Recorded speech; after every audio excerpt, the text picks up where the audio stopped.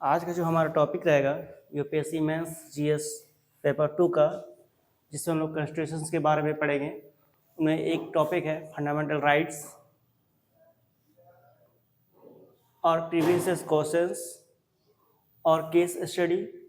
ये 3 सेक्शंस को कवर करेंगे एक साथ। चलिए चलते हैं, पहले फंडामेंटल राइट्स के बारे में पढ़ते हैं एक करके। फंडामेंटल राइट्स, जिसको हम लोग मूल अधिकार या मौलिक अधिकार कहते हैं। राइट्स बहुत तरह के होते हैं, 5-6 तरह के राइट्स होते हैं। उनमें से सबसे इम्पोर्टेंट है मौलिक अधिकार, और हमारे इंडियन कॉन्स्टिट्यूशन में इनको जगह दिया गया है भाग 3 में, और अनुच्छेद आर्टिकल्स 12 से लेके 36 तक इनको डिफाइन किया गया मौलिक अधिकार हुए। आज शुरुआत करते हैं आपको अब राज्य की परिभाषा। आर्टिकल 12 में दिया हुआ है राज्य के अंडर सारे बॉडीज आ जाएंगे, चाहे राज्य का मतलब होता है सरकार और संसद या विधानमंडल या स्थानीय निकाय और राज्य नियंत्रण या कार्यात्मक वाले निकाय, यानी सारे जो गवर्नमेंटल बॉडीज होते हैं वो सारे आ जाएंगे इसमें राज्य के अंडर में।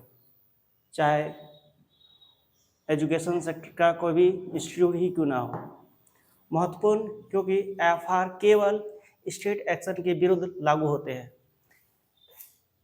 फंडामेंटल राइट्स जो है एक्शंस के विरुद्ध, स्टेट के एक्शंस के विरुद्ध में लागू होते हैं, इसलिए इनका व्याख्या दिया गया है।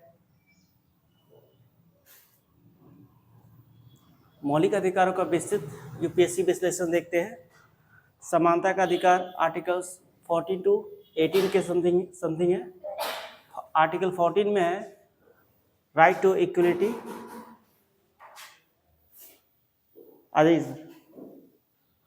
आर्टिकल 14 में है राइट टू इक्वलिटी। इसमें 2 थ्योरी इंपॉर्टेंट है, समान परिस्थितियों में समान व्यवहार, और दूसरा है रीजनेबल क्लासिफिकेशन अलाउड। और आर्टिकल 15 में है भेदभाव का निषेध, किसी प्रकार का भेदभाव नहीं, चाहे जन्म हो या आधार या जाति हो या लिंग हो, किसी भी बेस पर। और पॉजिटिव डिस्क्रिमिनेशन, जिसे हम लोग आरक्षण नीति कहते हैं, वो किया गया है आर्टिकल 15 के अंडर में। आर्टिकल 16 जो है लोक रोजगार में समानता का बात करता है। रिजर्वेशंस जो कानून लाया गया है। आर्टिकल 17 में देखते हैं अनटचेबिलिटी को खत्म करने की बात करता है। आर्टिकल 18 में उपाधियों का उन्मूलन, किसी प्रकार का सरकारी सम्मान के सिवा किसी प्रकार का टैगलाइन लगा नहीं सकते हैं आप। और आर्टिकल 19 to 22 क्या हो गया,